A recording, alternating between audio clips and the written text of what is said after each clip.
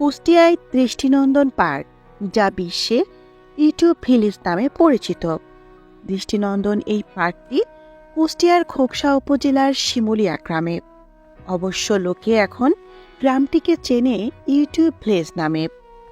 সামাজিক যোগাযোগ মাধ্যমে প্রচার প্রচারণা চলে এই নামেই। অ্যারাউন্ড মি বিটি ও ভিলেজ গ্র্যান্ডপাস কুকিং নামে দুটি ইউটিউব চ্যানেলের আধেই তৈরি হয় এই গ্রাম থেকে। চ্যানেলের মূল ভিডিও চিত্রে থাকে রান্নার আয়োজন, তা থেকে আসে লাখ লাখ টাকা। গ্রামের বেশ কিছু মানুষের কর্মসংস্থান হয়েছে এই ইউটিউব চ্যানেল থেকে।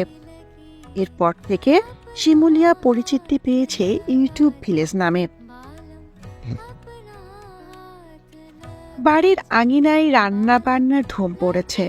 পাড়ার নারী পুরুষেরা সবাই ব্যস্ত। আঙিনা থেকে কয়েক পা এগোলেই পার্কের প্রবেশদ্বার। ভেতরে ঢোকার পর মন ভরে যায়। গাছগাছালি আর ফুলে ভরা পুরো এলাকা।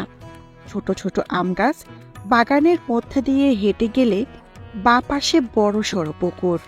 পানিতে ভাসছে রং বেরঙের ছোট ছোট নৌকা। ভিদের ওপর লতাপাতা ফুলে ঘেরা বাঁশকাঠের তৈরি সাঁকো। লেকের পাড়ে বেশ কয়েকটি ছোট ছোট ঘর। ঘরগুলো কলপাতার ছাউনি দিয়ে তৈরি। খোকসা উপজেলা বাজার থেকে কুষ্টিয়া রাজবাড়ী মহাসড়ক ধরে এগোলে বিলজানি এলাকায় বাঁ পাশে সরু পাকা একটি সড়ক চোখে পড়বে। সেই সড়ক ধরে 5 কিলোমিটার যাওয়ার পর শিমুলিয়া। মাত্র 1 বছরে এই পার্ক বেশ পরিচিত। প্রতিদিন কয়েকশো নারী পুরুষ ও এই শিশু পার্কে আসেন। প্রায় 40 বিঘা জমির ওপর নির্মিত একটি পরিবার বান্ধব পার্ক এটি। পার্কে ফ্যামিলি ট্রেন, প্যাডেল বোট, ফুলের বাগান, ক্রিয়েটিভ ক্যাপটস এবং সব বয়সী মানুষের জন্য মজাদার রাইড রয়েছে। পার্কের চারপাশ ঘিরে আছে দৃষ্টিনন্দন নানা প্রজাতির ফুলের গাছ।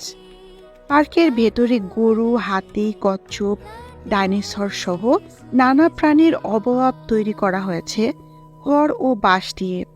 গোলপাতার ছাউনি দিয়ে তৈরি হয়েছে ছোট ছোট ঘর।